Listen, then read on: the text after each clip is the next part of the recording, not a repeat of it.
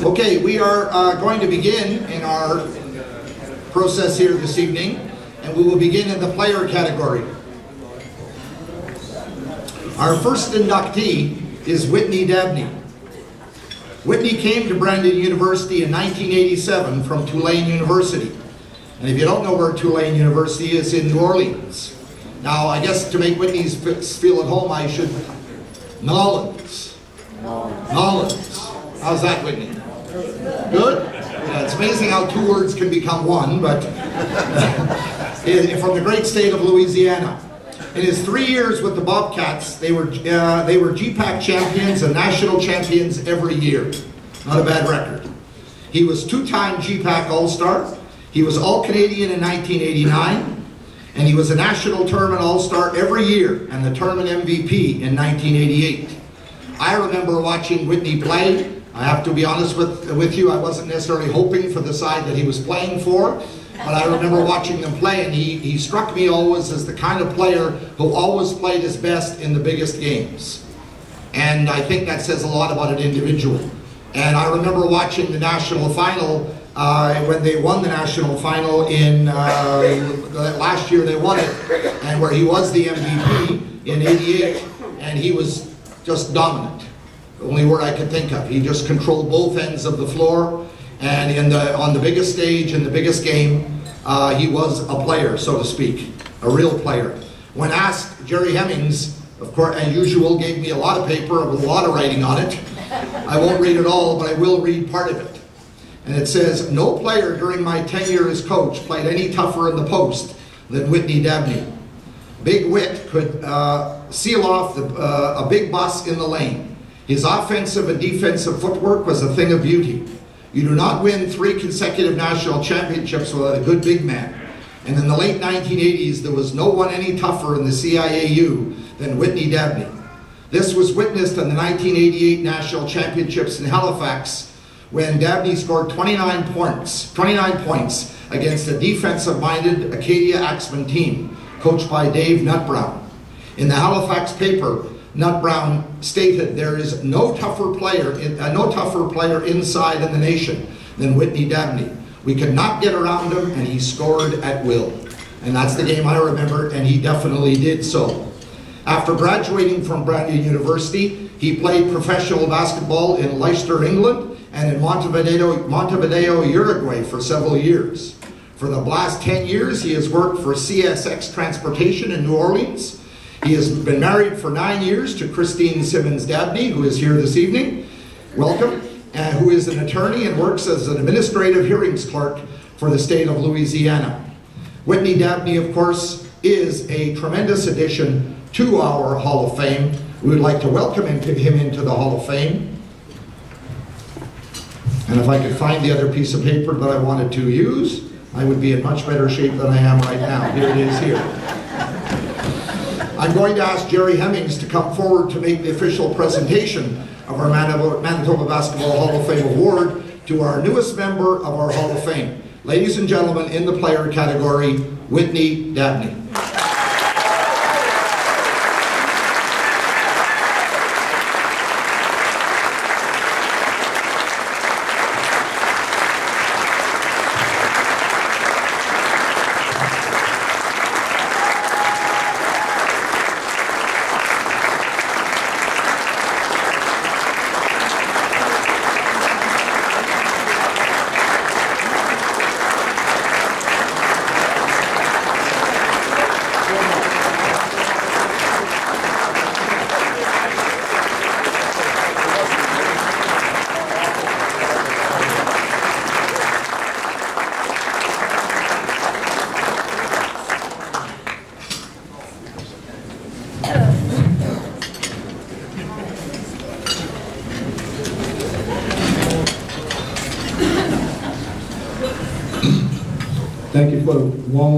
Thank you very much for the warm introduction.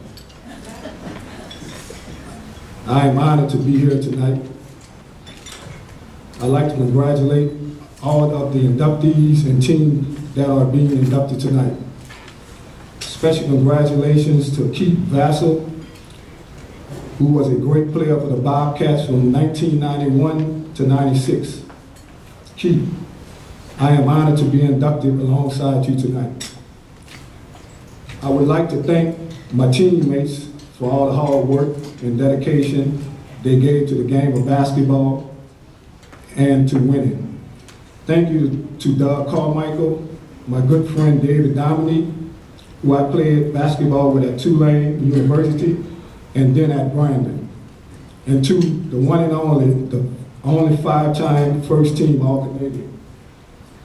Thank you all for being here tonight. I share this honor with all of you and the rest of the players I played with. I would like to thank my coach and friend, Jerry Hemmings.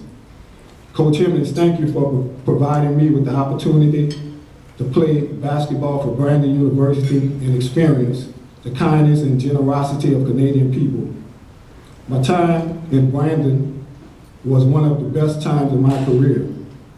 I will never forget the encouragement, support, and mentoring you gave me throughout the years. I will always be thankful to you and Mrs. Hemmings for believing in me as a player and, more importantly, as a human being. Thank you both. In closing, I would like to thank Ross Wetley and his committee for honoring me with this award. Thank you also to all the sponsors and supporting the Brandon, sponsors for supporting the Brandon, for supporting the Manitoba Basketball Hall of Fame. This award I dedicate to my mother who passed away in 2008. I wish she was here tonight, but I know she is in heaven looking down on me. This is an honor I will cherish the rest of my life. Thank you all very much, and God bless you.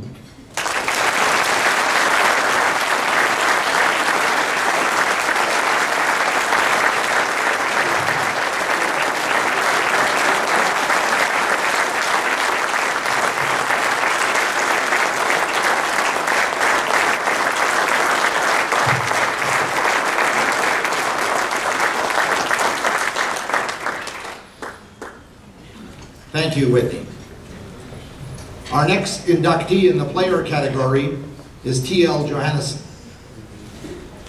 I will only say it once. T.L. stands for Terry Lee. I had to say it once. She continued in many of the email I had cut. It was always going to be T.L., T.L., T.L., so that's it. I won't say it again.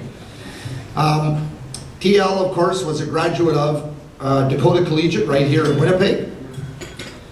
She was the GPAC Rookie of the Year in 1991. She was a 3-time CIU, or CIS now, All-Canadian. She was a member of the 2 consecutive Bison National Championship teams, where she was named Tournament MVP both years. In her graduating year, she led the Bison, set the Bison record with a 26.2 points per game average. That still could be a record, I think. I'm not 100% sure of that, but it still could be a record. In the 1997 CIAU National Championship Tournament, she scored 68 points in 3 games. She was a great athlete. She was left-handed, had a somewhat awkward kind of style. I was amazed at some of the shots she was able to make, sometimes off balance, but for her they were percentage shots. In my opinion, and I'm just one, I've seen a lot of basketball as many of you have, you could make a very good case for TL being the best female player ever to come out of Manitoba.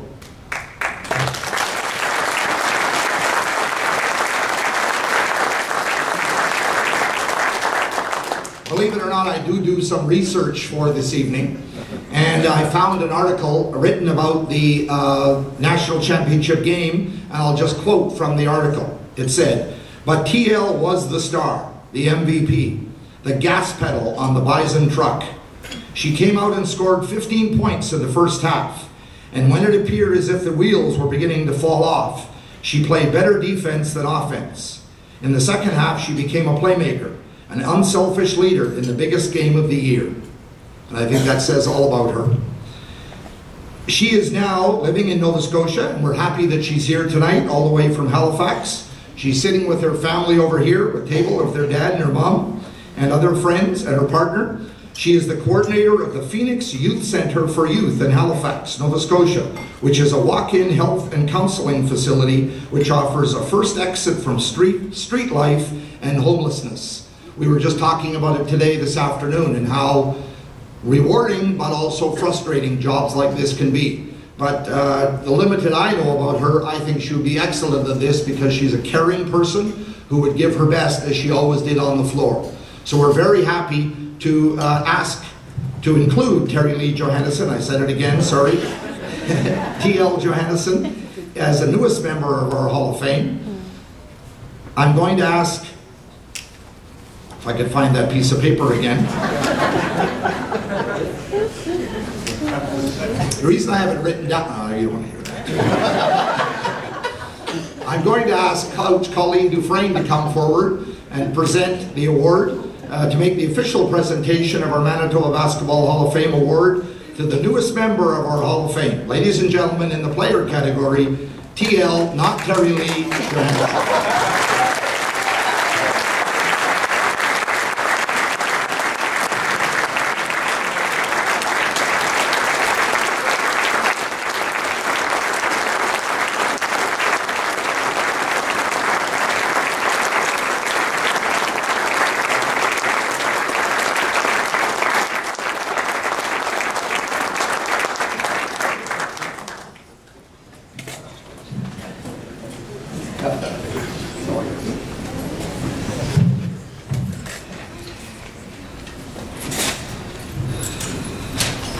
Alright, I'm going to read right off here so I don't embarrass myself. Hello everybody, thank you. This is a great honor, and Whitney said it very well, how appreciative and how amazing it feels being up here and receiving this honor. So I want to thank everybody for that. Congratulations to all the other inductees. Again, this is a fantastic honor to recognize some of the things that we've all done. I'd like to thank the Manitoba Basketball Hall of Fame and the committee for an amazing event. Well done, well put on, good food, good people. Special thanks to the organizer, communicator, and ringmaster extraordinaire, Ross Woodlake, rounding us all up. As I said before, it is a great honor to be here tonight, and I was thinking about it today when I was writing this, and I was thinking, some of us are being counted as some of the best basketball players in Manitoba, but I think, in my humble opinion, looking at the list on the wall, the Hall of Fame on the wall today, not only the best in Manitoba, but I think some of the best players the country has ever seen.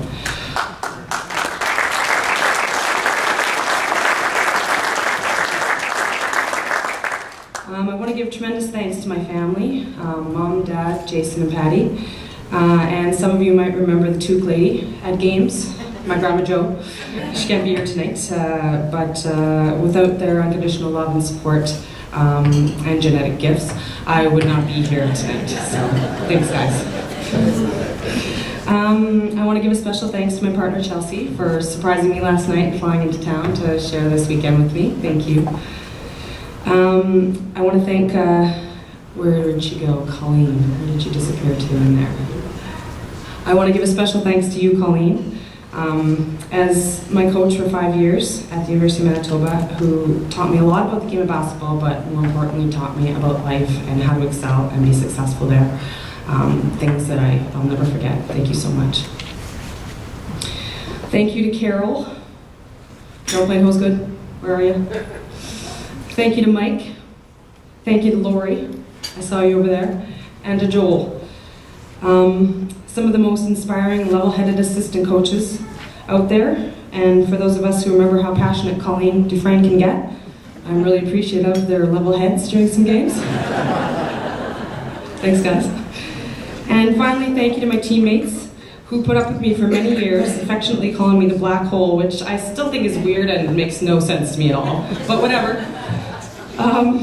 All in all, we laughed, we cried, we laughed until we cried, we drank a lot. It was really a lot.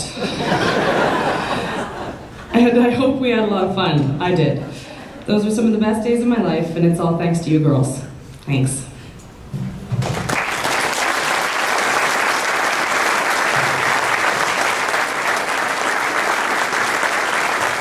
Our next inductee in the player category is Marjorie Kelly. Marjorie was a Daniel McIntyre collegiate grad, again coming right from Winnipeg. She was a 3-time GPAC All-Star. She was the CIS National Rookie of the Year in 94-95, and she was a 2-time CIS All-Canadian. She was a member of the back-to-back National Championship Bison teams and a Tournament All-Star both years. In 2001, she was selected as the CIS National Defensive Player of the Year. In the 96 National Championship game, she was referred to as the team's inspirational leader in a game which she played the entire game, including overtime. My memories of Marjorie Kelly is she scored a lot of points and whatever, but she was a great defensive player. I've told many a young player, both male and female at that time when I was coaching, that they could do a lot worse than go to games and watch Marjorie Kelly's defensive footwork. She was a great athlete, probably still is, but not only was she very athletic, but her defensive technique, and whether let's contribute that to great coaching, was excellent. She always got the toughest matchup and usually shut that person down, in my memory. She was the kind of player that I never wanted to have watching me. When I played, there were some that I wished always watched other people, and she would have been one of those. She is a single mother of 4-year-old Jasmine, who is here tonight, I believe, and may come up with Marjorie. And Jasmine has just started school.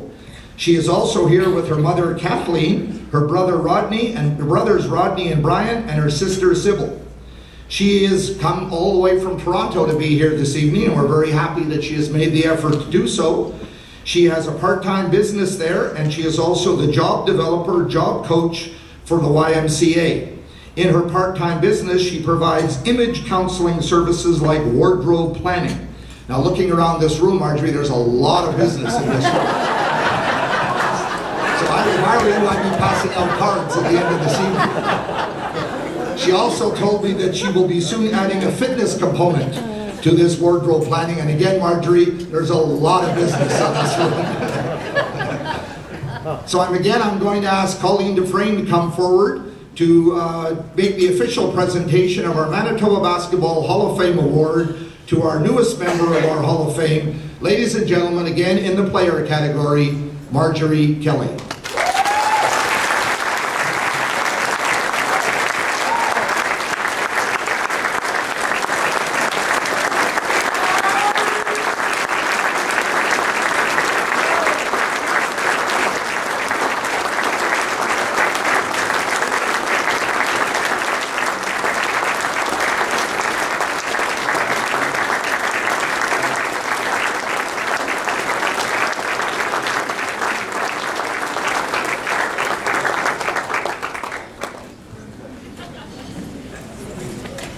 I think Marjorie is the taller one.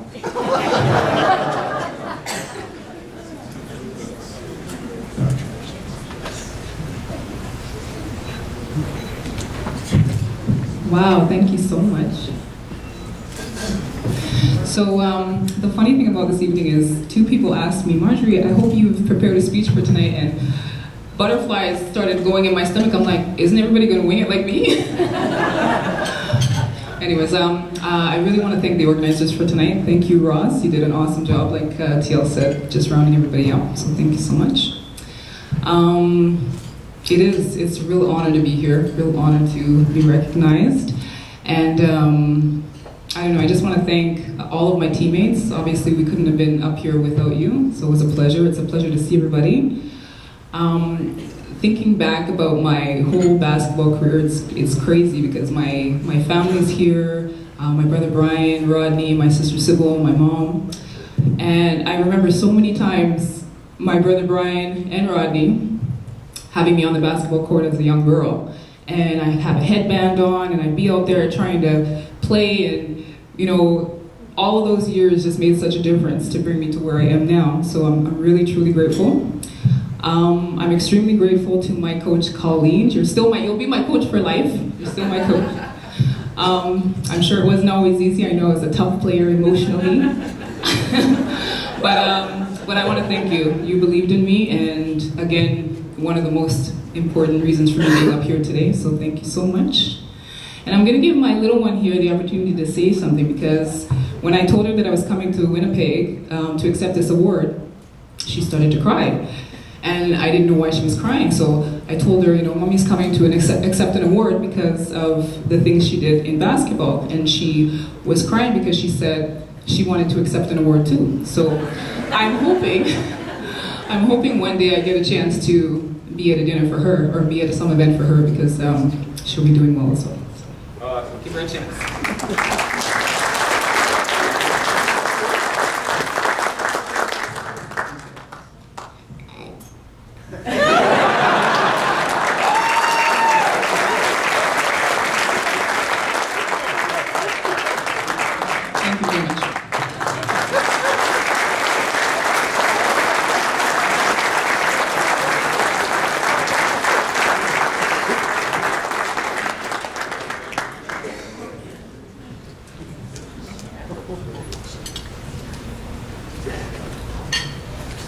Our next inductee in the player category is Keith Vassell. Now, Keith was the second leading scorer in Brandon University history. Now that, I could probably just stop there, because knowing the number of great players that have played at Brandon University over the years, being the second leading scorer in history means something in itself. I believe, Jerry, correct me if I'm wrong, we have the first leading scorer in attendance here tonight too, in John Carson. So we do have both of them here tonight. But there's many other things that can be added to Keith's resume also. He was the CIS Rookie of the Year in 1991. By the way, Keith came out of Scarborough, Ontario to Brandon in 1991 and was the CIS Player of the Year in 1995, winning the Mike Moser Trophy.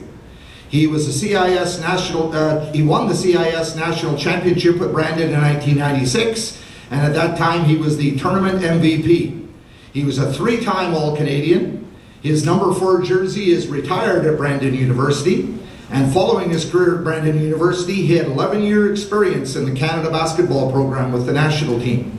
He was a flag bearer for the Fishu Games in Japan for Canada, and had an 11-year professional basketball career in a variety of places around the world. He was also named, and I can honestly say I've never met anybody else in my life, probably never will, who ever had this title. He was the Icelandic Player of the Year. I've never even been to Iceland. He was on 3 European men's championship teams, and when you have a resume like that, you basically, it comes down to one word, and that's, he's a winner. And obviously played a big part in a lot of those. He is now started, he's living in the Toronto area, and has started the Rock Sports Academy, which helps players from Durham, Ontario, the Durham, Ontario area, move into 4-year university level programs. So he's still heavily involved in the game of basketball. He's here with his wife, Luann. He has 2 daughters, Gabriella and Justice. Gabriella is 5 and Justice is 14. So Keith is, we're very, very happy to have him here this evening. I'm going to ask Jerry Hemmings to come forward to make the official presentation of our Manitoba Basketball Hall of Fame Award to our newest member of our Hall of Fame, ladies and gentlemen, Keith Vassell.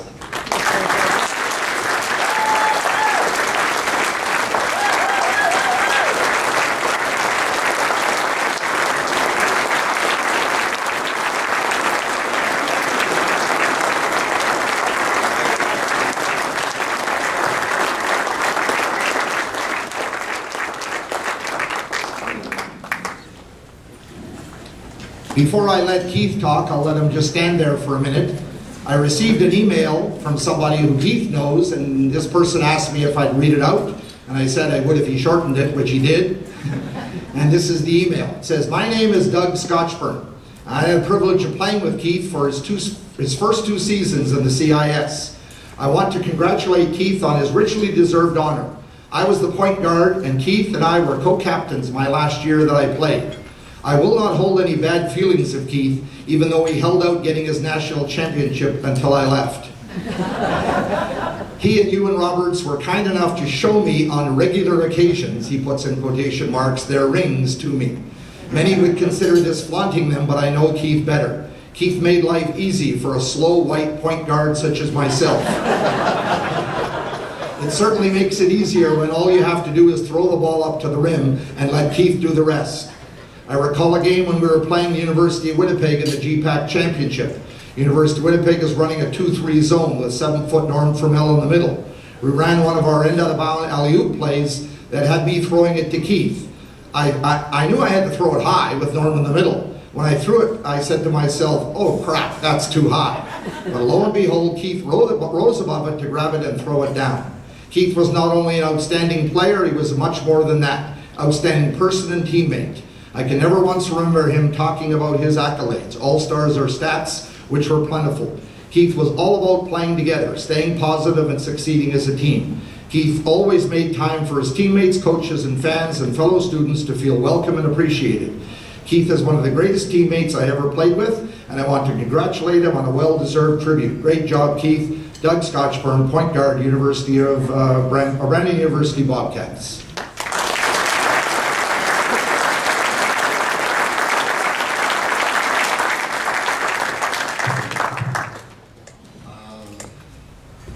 Margie, you're not the only one that's going to be winning it.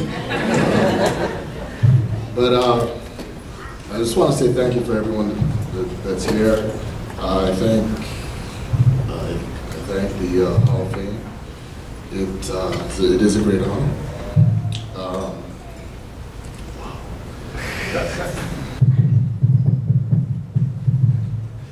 Okay. First thing I just want to say is I thank Lord Jesus Christ who gave me the opportunity to be here and have a great career. And being at Brandon University, I don't think people really fully understand. When you get there, I seen Johnny Carson, and you know I heard a lot of things when being recruited about this guy, and when I got there, he really was just something special. And I don't know if I ever told him, but he was a real inspiration.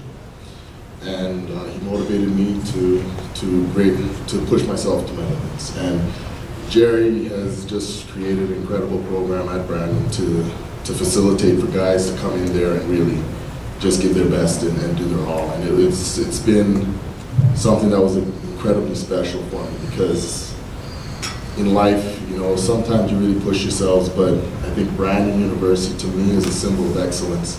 Because the athletes that have been there, the traditions that they've built, you name it, it's just really, it's been something special. And to Jerry, who's been a mentor to me after playing there and onward, hopefully, you know, till whenever our days are, it's been something really great.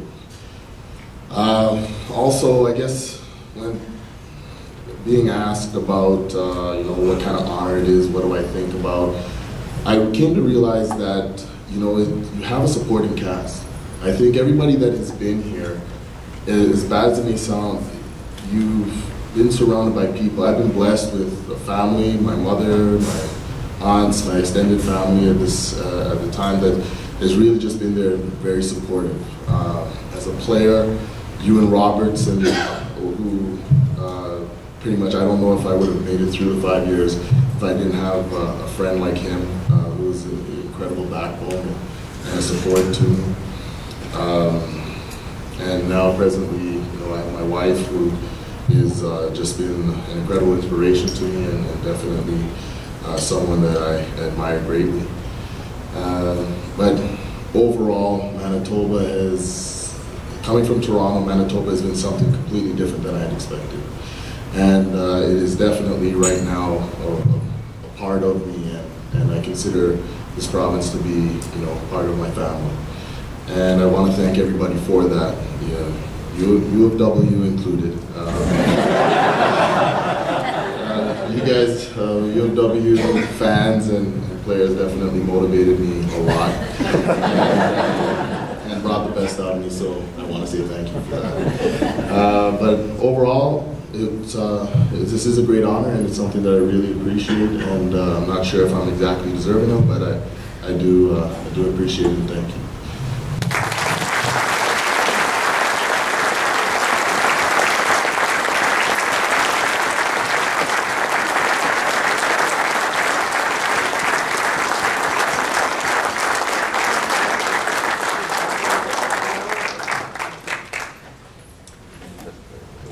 that both Whitney and Keith have been officially inducted, I'd like to read one other email, and this is from our good friend George Berger.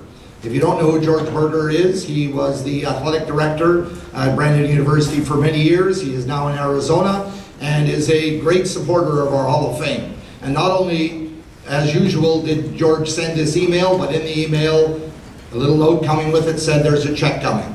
And he's been great in that regard. So I know, George always says to me, is this going to be online? Is this going to be online? And George, I know you'll see this eventually, so hi, how are you doing? Well, and we're really happy that you are a great supporter of us. But here's what George has to say.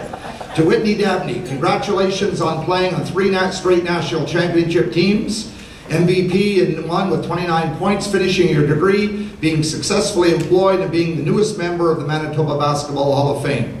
To Keith Vassell, congratulations on finishing your 5 years at BU and leading the 96 team to the national title, the Mike Moser Award as Player of the Year, MVP in the national tournament, 12 years with the national team, and now a member of the Manitoba Basketball Hall of Fame.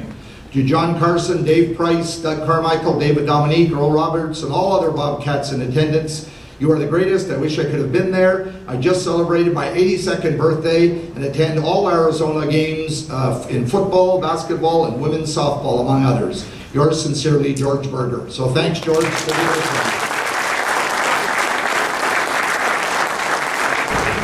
We now move to the builder category. And I know that sometimes this category is a little confusing to people, because when you look at the list of people who have been inducted in the builder category, we have coaches, we have media people, we have even people from our corporate and business community. So it's a category that sometimes is a little hard to define. So what I did a few years back, and I've done this other years, I looked up the word builder in a dictionary just to see what it would say exactly. And there were 4 definitions given. First one is really helpful. It says a builder is someone who builds. Now we know exactly what that means. The second one, interesting, it says a builder is an ingredient added to soup or detergent to increase its effectiveness. Now, I don't think that's what we're talking about tonight. The third one said someone who establishes something by means of hard work. And I think that is very applicable to this evening's inductee. And the last one is someone who contributes to the growth and development of an organization. And again, I think that definition is very appropriate to the gentleman that we're honoring here tonight. There's an overused cliche now in sport that came out of a movie from the 80s, and it's used incorrectly, but it is now. People will say, if you build it, they will come. And I think there's another one that we could use and apply to our builder inductee tonight. Mike Ruda was born in Winnipeg and attended Garden City Collegiate. Based on the times that I've talked to him and what I've read in articles, let's put it this way, Mike spent a lot of time on the Pine as a player.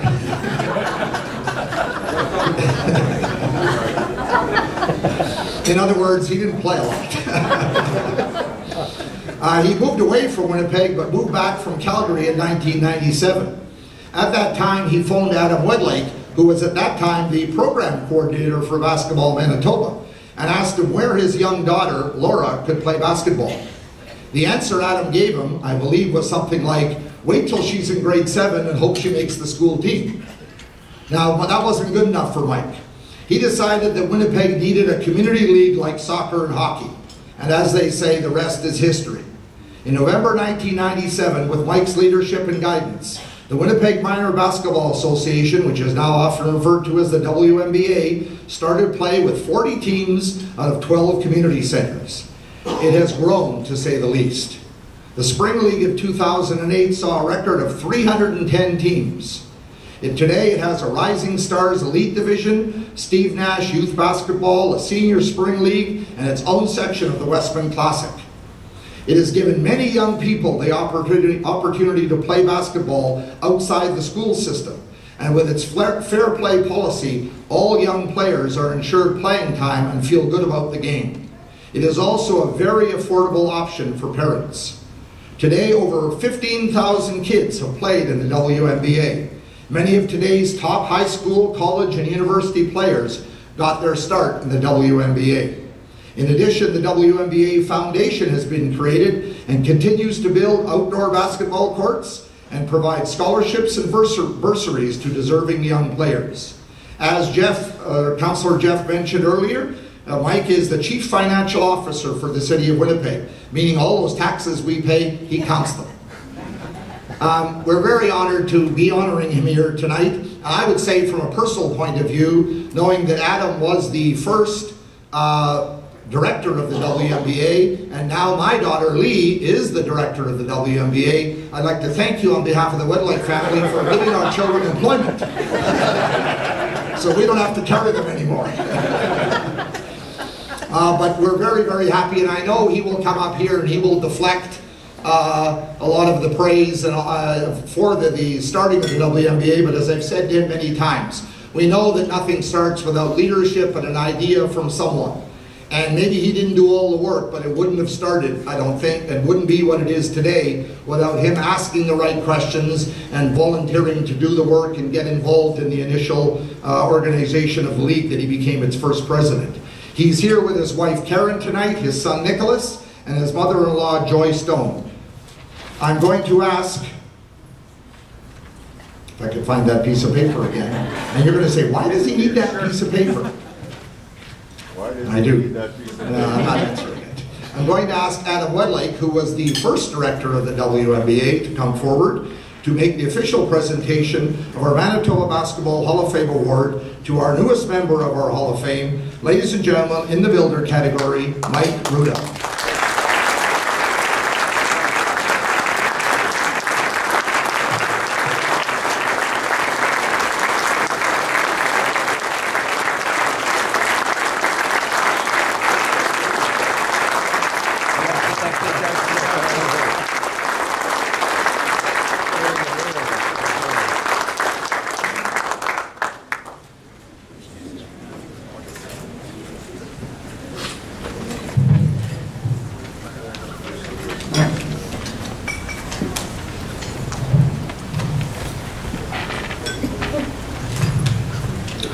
Well, thanks very much, Ross, and good evening, ladies and gentlemen. And I'd like to start by congratulating all the new inductees to the Basketball Manitoba Hall of Fame, the Manitoba Basketball Hall of Fame, and for their outstanding contribution to basketball in Manitoba.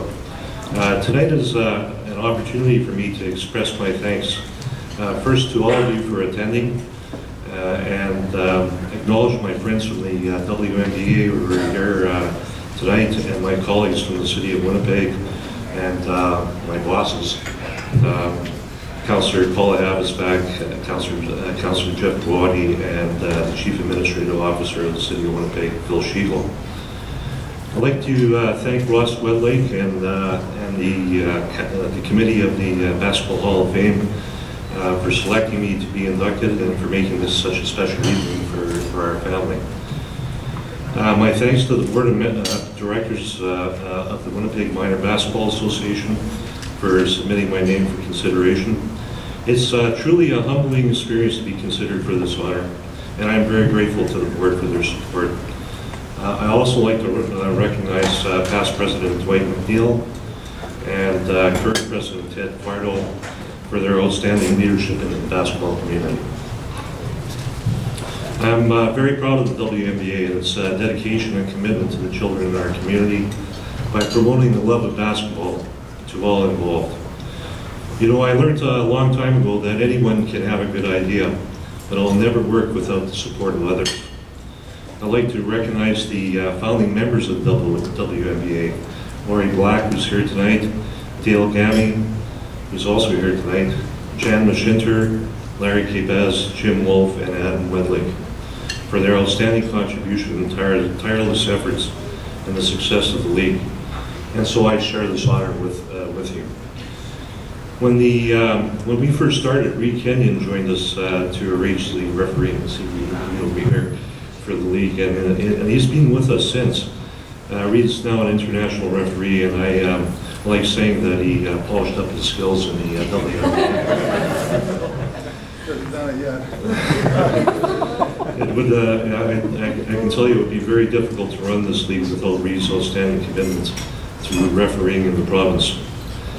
And I'm very lucky to have married my wonderful wife, Karen, who stood by me during many sleepless nights when we were organizing this league.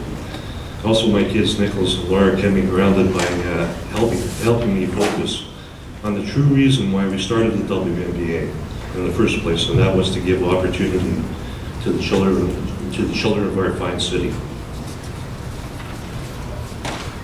Last but not least, I'd like to thank the Wedlake family, who hopefully will all one day be selected as the first family of the Hall of Fame of basketball in Manitoba. I was very lucky to speak to Adam when I first made a call to basketball in Manitoba. And I think he was wondering if I was a little bit crazy when I phoned, and after our first discussion, but thank goodness he stuck with me. Words can't express the tremendous contribution that Adam has made to the growth of the league. It would not have existed with the vision, organization skills, and tremendous work ethic that he has.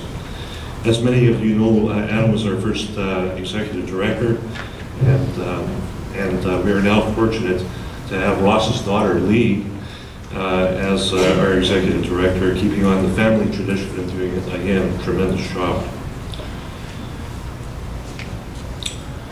And I guess one last Wedlake story, because you know, it's just terrific in terms of the family.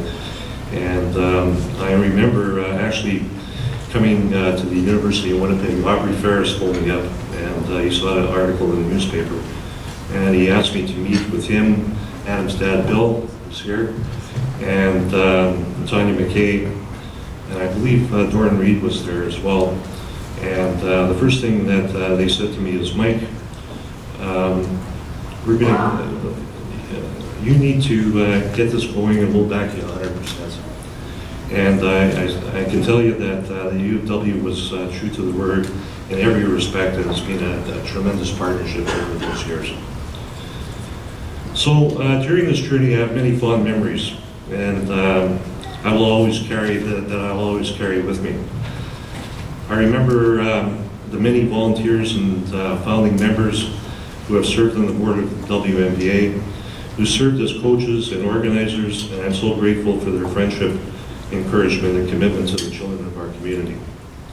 I remember constructing our first 4 outdoor courts, and the first one was at Garden City Community Center.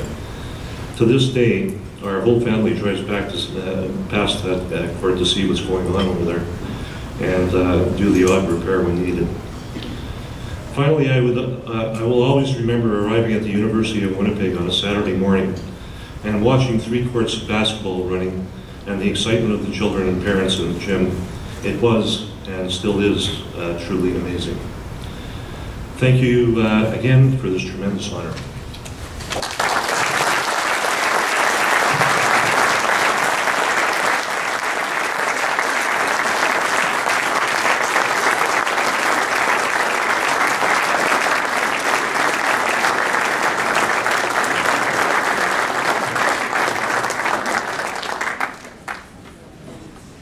Thanks, Mike. In addition to the organizations, most of them universities and other groups that have supplied prizes tonight, I'd just like to recognize the fantastic support we get from other organizations and groups. First of all, the Manitoba Association of Basketball Officials, I believe they're over here somewhere. They're always supporting us, and that's great to have them here tonight.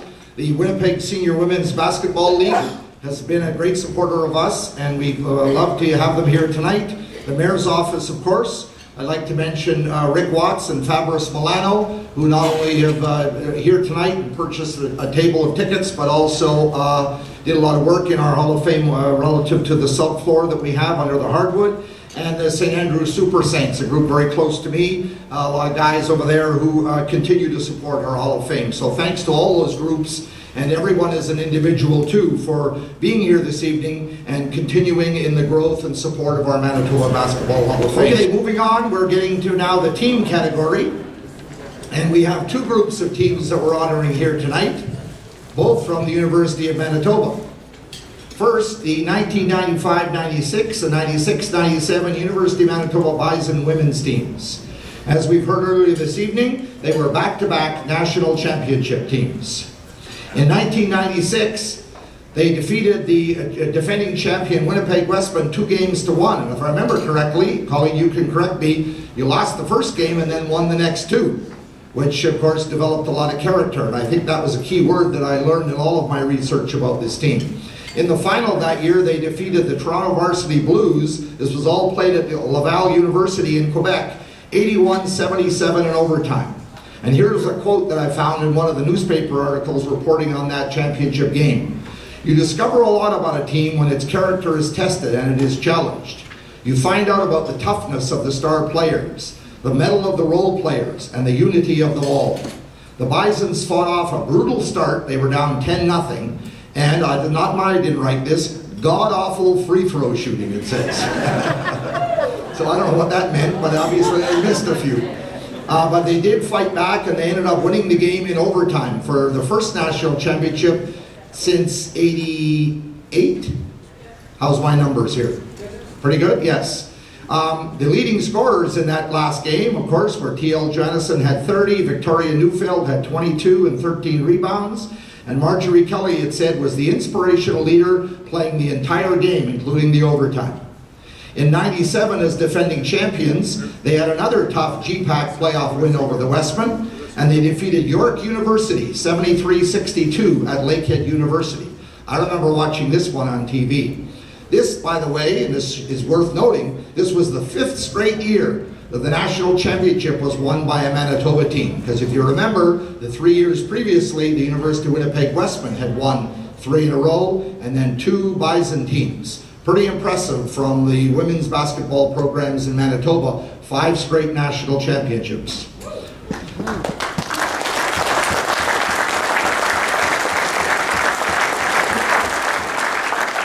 Some of the quotes that I was able to garner on these from newspaper articles were, they played their best when their backs were against the wall. Taking only a 4-point lead into the second half, Manitoba stepped up the tempo and laid the pressure on thick.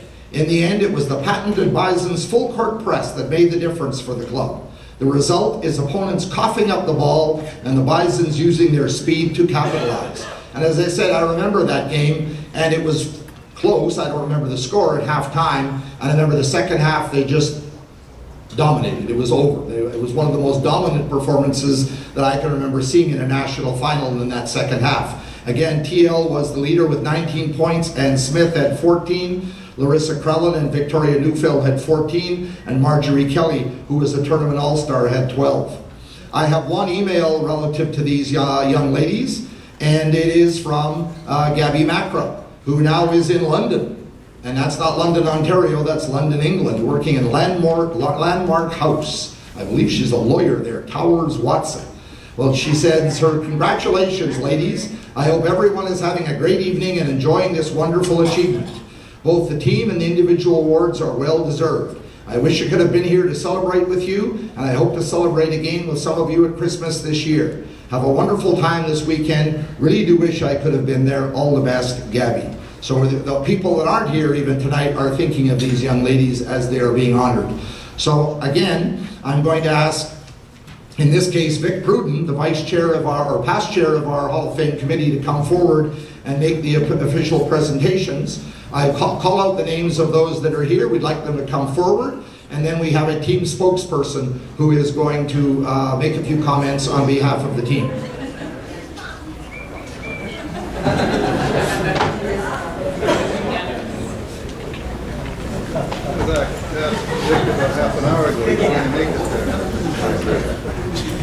So I would like these people to come forward, please, in no specific order. Glenda Clark, assistant coach Carol Plain Hosegood, Jana Taylor, Marjorie Kelly, T.L. Johannesson, Megan Dixon, Larissa Krellin, Jackie Burgoyne, Diana Dela Cruz, Stacy Ewell Howish, Carla Bodnaris-Shergill, Colleen Dufresne, head coach, Lori May, assistant coach, and Mike Hickey, assistant coach. Will all of them come forward and please come up on the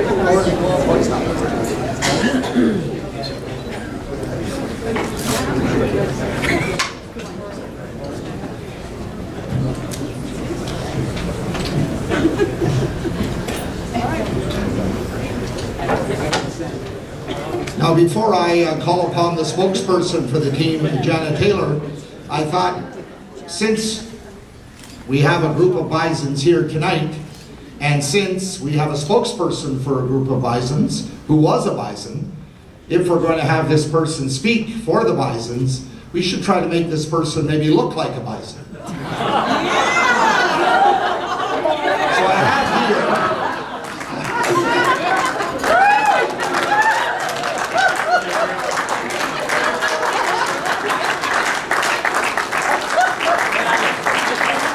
this is Janet Taylor. I actually have one of these at home. I sometimes wear it to work. I do, it's not even a joke. Okay, so my team nominated me to do the talking, and I'm pretty sure they're going to regret this like any minute now. But the good thing is, like TL said, we're all heavy drinkers, so I think half of them are hammered. So I guess the program has like the information about what our team accomplished. I'm going to take this off. I want some good pictures. Don't stop taking them.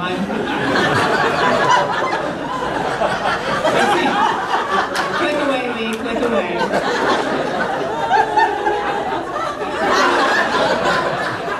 So, you know, like kind of a little bit about what our team accomplished, and we used to sort of think of ourselves as like kind of like basketball rock stars.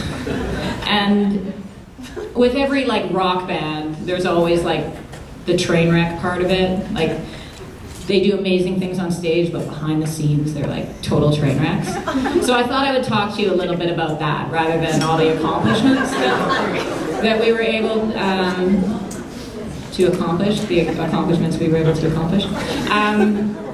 So this is like the behind the music kind of version of the Bison women's basketball team. So lots of rock bands, you know, you hear the stories about they had like addiction problems. Well, we had that too. For TL, I mean, everyone knows she was a great player, but did you know that she could not go out on the floor without her hairspray?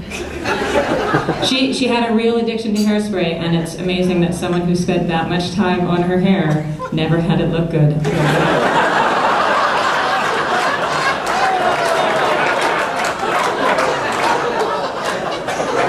But you know what, she wasn't the only one. There were other addiction problems, like Marge Kelly, great player, we all heard about her today. She had a wicked addiction to tardiness. In fact, I'm really glad that, you know, she's become, you know, a wonderful grown-up adult, and I think she's overcome her addiction. What's that? You weren't? Are you waiting for yeah. I was surprised that she made it in time for her speech. Good job. Good job. See, she is proof that you can overcome. You can overcome.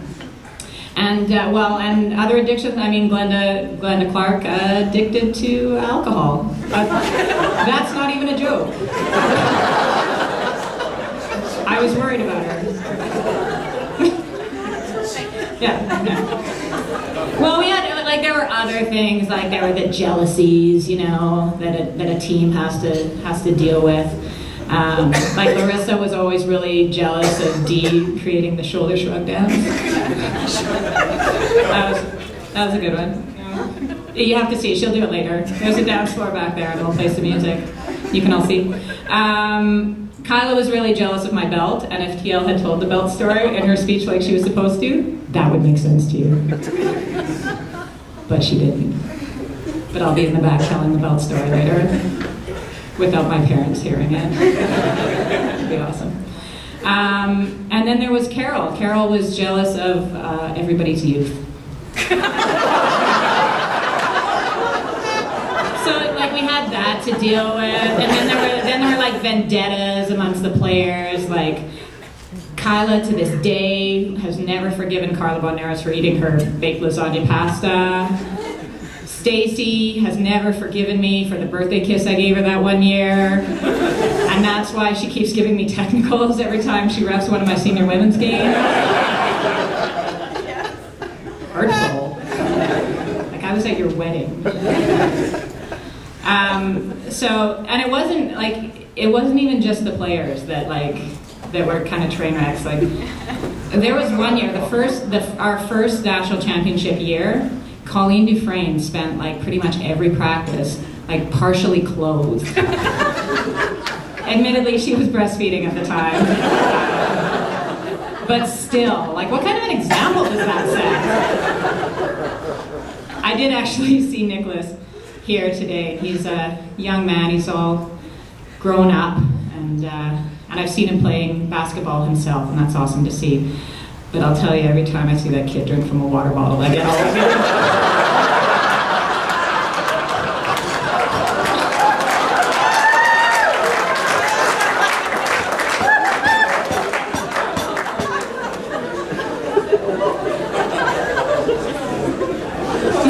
Sorry, Nicholas. Okay, but you know, like the great rock bands, we took all that train wreckingness, if that's a word, and when we got out onto the floor, we were, I like to think we were pretty exciting to watch. We had confidence without cockiness, we had passion without instability, and we had an amazing group of individuals who all brought their different talents to the floor to become one amazing basketball team. So, first of all, I would like, as the team spokesperson, this is the spokesperson hat, actually. So whoever is speaking for the men has to wear it? Okay, good. I would like to thank, on behalf of all the players, our parents and our families who allowed us to do what we did for those 2 magical seasons. Big thank you to, of course, our coaching staff who gave us the guidance to be able to go out and perform and do amazing things. And I would also like to thank, from all of the players, the Manitoba Basketball Hall of Fame for recognizing what we kind of knew all along, that we rocked.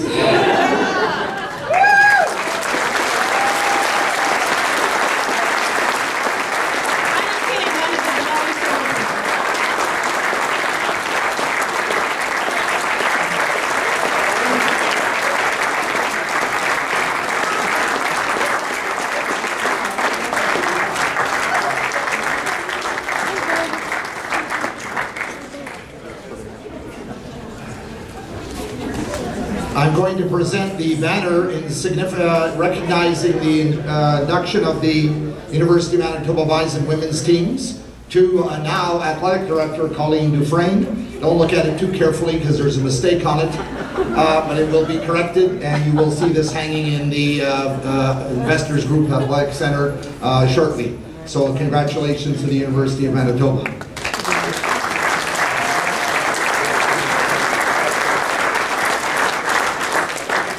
Interesting how Jana mentioned TL's hair and Marjorie's lateness, because I was hoping for a picture of TL with that old mullet that she had. I didn't get one of those, but I was hoping for one of those. And I know that in some of the emails, many emails I sent out, there were a few recommendations from some of her teammates that I tell Marjorie it was the weekend before this, so that she might show up for this weekend. So I didn't do that, but When we're inducting teams into halls of fame, I always am reminded of a quote that there's a few quotes that I always remember, and this one is from Phil Jackson, who of course coached the Bulls and the Lakers for many years. And the quote was something like this: "Good teams become great ones when the members trust each other enough to surrender the me for the we." And I think we see that in both of the groups that we're being honored here tonight. The second group and the other group of teams that are being honored here tonight is very special to me personally, because I met a number of these gentlemen last fall when we had a Bison reunion. And these are the 1955, 56, and 57 University of Manitoba Bison's men's teams. They played basketball in a different era. They were three-time Western Canada Intercollegiate Athletic Union champions. Now that may not sound like much to you at this point, but I understand that at those days that was all there was. There was no national championship. And they won their championship 3 years in a row, in 55, 56, and 57. Most of their competition, though, those years, was against schools from North Dakota and Minnesota. Schools like Bottineau, Bemidji, Moorhead, Mayville, and Jamestown. All the travel was by car, by bus, or by train. And I know they had to go to Edmonton to play. I can guess a train ride to Edmonton is what? 18 hours? I'm guessing, maybe more, maybe less. But nowadays, of course, most of the teams travel by plane, maybe a little bit by bus. But theirs was by train. There was no athletic scholarships. There were no clinics with trained athletic therapists. They weren't spoiled, I'll say, like a lot of the players are today, even though we hear a lot of players today complain they don't know how good they've got it. In 1955, and I did some research again, in their season they had 7 wins and only 1 loss. They defeated the University of Alberta Golden Bears, and this is interesting. They played the final game at the Plush, was the term, the Plush Victoria High School gym. So the University of Alberta didn't even, I guess, have a gym on campus, so they had to play at the Plush Victoria High School gym. They played in a 2-game total point series, which was interesting, and they lost the first game actually by 63-62, but then they won the next one 51-44 to claim the first championship since, I believe, 48 for the University of Manitoba. The quote in the newspaper article that I found was, "Bud Fraser's well-balanced team proved itself when their high scorer Jim Wright was held to only 12 points, but Dave Smith, Dick Herbertson, Stu Douglas, Bob Rogers, and Jerry Jansen took up the slack." And the quote from Bud Fraser about that game was, "Our somewhat unorthodox zone defense seemed to leave them puzzled." In 1956, they duplicated the efforts again. They compiled a season record of 5 wins and 3 losses in a very competitive Western Canadian Intercollegiate League. And they also competed in the Olympic zone playdowns against King's Best, a top Manitoba senior team. In 57, they completed the trifecta, and they defeated the University of Saskatchewan Huskies, 66-56 and 68-50 before 700 cheering fans at the Bison East Gym. And if you look at the very back of the room, in that corner over there to my right, we have the center jump circle that was kept from the old Bison East Gym that I played on, and many of the other people in this room have played on. And that is that logo, of course, wasn't used. Even when I played, it was painted on after. But that was the actual piece from the floor. And that will be in our Hall of Fame for a little while before it goes back to the University of Manitoba. The quote that I got on that game was, Dick Herbertson was hitting to perfection in the first half. It was interesting. It said, and I didn't write it down, but it said in the article that he did this even though in the warm-up he missed all his shots. Now, I don't know too many reporters who watch the warm-up. We had trouble getting people to come to the games. Never mind watching the warm-up. But Bud Fraser had a lot of confidence in him. He was played to perfection in the first half. And when he cooled off in the second session, the slack was picked up by the fabulous Wright twins and rookie Bill Novak. I'm sure Bill Novak loves to be referred to as a rookie. There aren't too many times when we get to a certain age where we hear that word rookie is attached to us. But again, very happy to recognize these gentlemen, and in meeting them last fall and some of them again this afternoon, it's great to recognize people from an era where, again, basketball was a little bit different. But they were a special group of people, and you can see today and the other times they've been a real bond between the group members, and what a great opportunity it was for some of them. I guess some of them haven't seen each other possibly for like 50 years. So it's really nice to give them an opportunity to come back together. Before I introduce the members of these great Bison teams who are here tonight to be honored, I think it would be very appropriate for me to remember those who played on these teams who are deceased.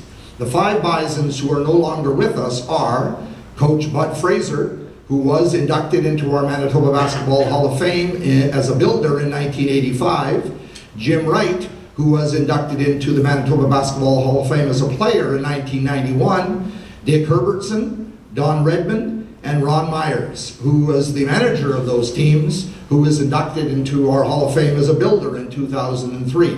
And I know Ron very well, and I just know how much he would have loved to have been here tonight to share in the honor with these guys. We wish all of those people were here tonight to share in the celebration. They are especially missed by their families and teammates. We actually have representatives of Jim Wright's family here tonight. His son John is going to come forward and accept the award on his behalf. So now I would like to introduce to you the members of the 1955, 56, and 57 Western Canadian Champion Bison men's teams, and our newest Hall of Fame members. I would also like to call upon Adam Wedlight, the Executive Director of Basketball Manitoba, who will make the official presentation.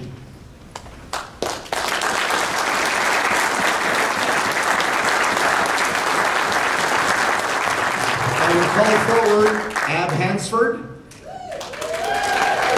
Rod Cooper,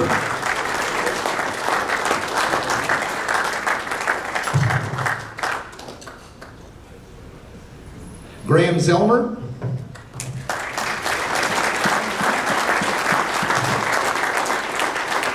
Bill Novak,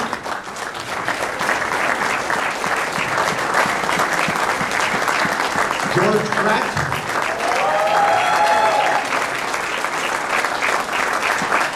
John Wright,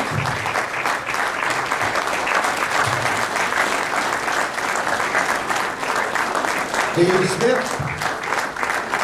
And I should mention that Dave Smith was also inducted into our Hall of Fame as a player. And I could look in the program for the year. I believe it was 1990 something. I forget the exact year, but this is his second honor. Bill Lindsay. I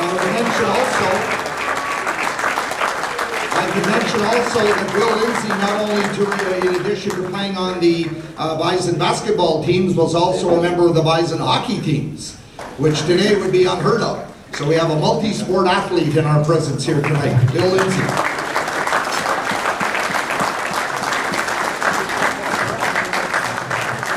Gordon Monroe.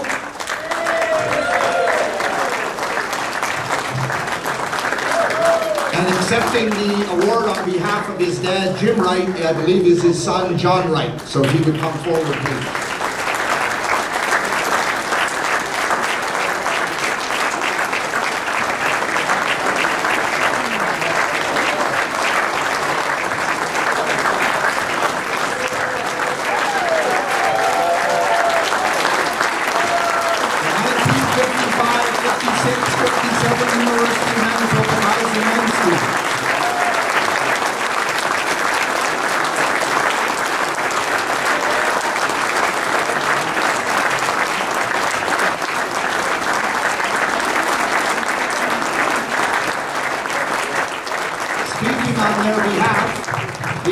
John Wright, and again, we can't let him get away with it. We made Jana wear it, so if you're going to be a Bison and talk about Bisons and represent the Bisons, maybe you should look like one at least for a few minutes. I do have a big head. Well, thank you, Russ, and thank you to the Hall of Fame Committee and to Russ and to everyone who has organized this event. This is a rather well-preserved group up here. Ross indicated that he heard some figures being quoted in the back before the dinner, some of which he thought might be exaggerated. Just want to remind or tell Ross that when you get to be our age, you tend to divide the world into three kinds of people: those who can count and those who can't.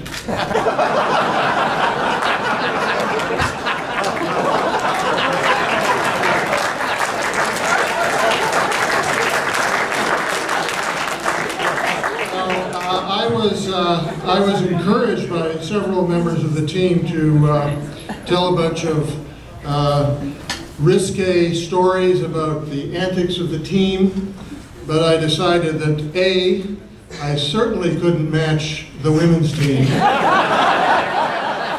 And I did not want to in any way blemish the distinguished luster of this group. So what I thought I would do is tell you a little bit about the circumstances in those days. First of all, the junior league was a very, very active league. And many of these gentlemen up here either played with us or against us in the junior league well into the college years. And indeed, I had a couple of rather illuminating experiences today. Number one, to visit for the first time the Hall of Fame. And second, to discover, after months of searching for it, my father's scrapbook that had all of the newspaper clippings from the 55 to 57 years. And having seen the St. Andrews book, we're going to try to put that together so that the Hall of Fame can have that book. The other discovery was that not only did many of my colleagues here play in the junior league, but they distinguished themselves, each and every one of them, at some time during the 3 years on the Bison squad. The pictures, the headlines, etc. mentions virtually everyone on this stage. Now, at the time, there was no University of Winnipeg. It was United College, and that was part of the University of Manitoba. Bud Grant had come to be head coach in 1951, and a fellow by the name of Frank Kennedy became the first athletic director in 1950. Carl Ridd had played his last game for the varsity in 1951. And the university was having a tough time. First of all, one of the first jobs that Bud Fraser and Frank Kennedy had to accomplish was to get back in the Western University League. They'd been thrown out. They'd been excluded. And possibly one of the reasons was that he didn't have a football team. And to his credit, Bud Grant worked feverishly to get the group back into, or the team back into that particular league. Now there was, I told you there was some very, very active junior league, and there was some conflict between the university and the junior league in terms of players joining the university team. The mantra was that what they were trying to do was to build up the junior Bisons so that if you attended university and they wanted you to play, and that was for the junior Bisons, you were unable, the rule was that you would be unable to participate in any other sport in the university. You would not have access to the gym. And basically this went to what was called the Great Debate between the athletes and the athletic department. That was resolved, but let me read from this is from a clipping from my father's scrapbook to just sort of give you an idea of what it was like at that time. On the other hand, on the other side of the fence, this is the university side of the fence, or the athletic board side of the fence. The view presented by the athletic board. The university is attempting to build a senior sports program for the students. A start by being made with basketball. And the success of the basketball program will determine to a large extent how far the university will go in senior intercollegiate competition. If students stay away in great droves from the basketball games, there isn't much chance of ever again seeing intercollegiate track and field, football, or the like. To set the students out to the basketball games, the university must have a strong contender.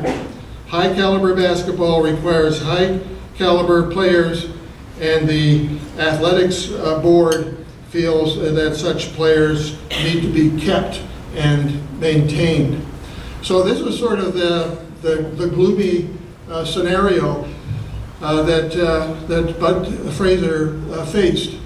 And to his credit, he talked the league into letting the university team become part of the Western Canadian League, and then went on to the 3 consecutive championships.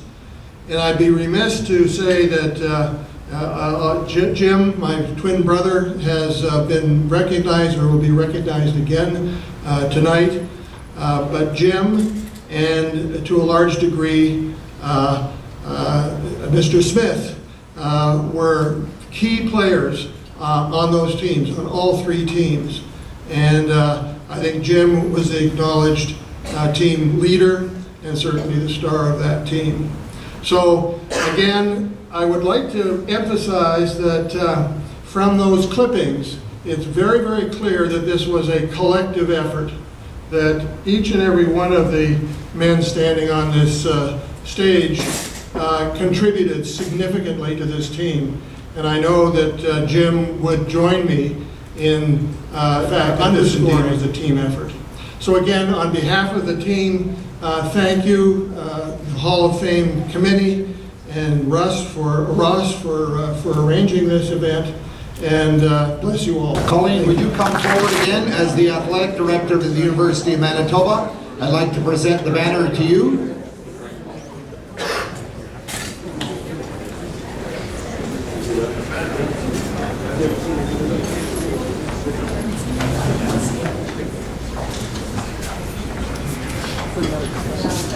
Again, we'll look forward to seeing this hanging in the rafters of the investors group. We're recognizing the achievements of the 1955, 56, 57 men's team. So congratulations.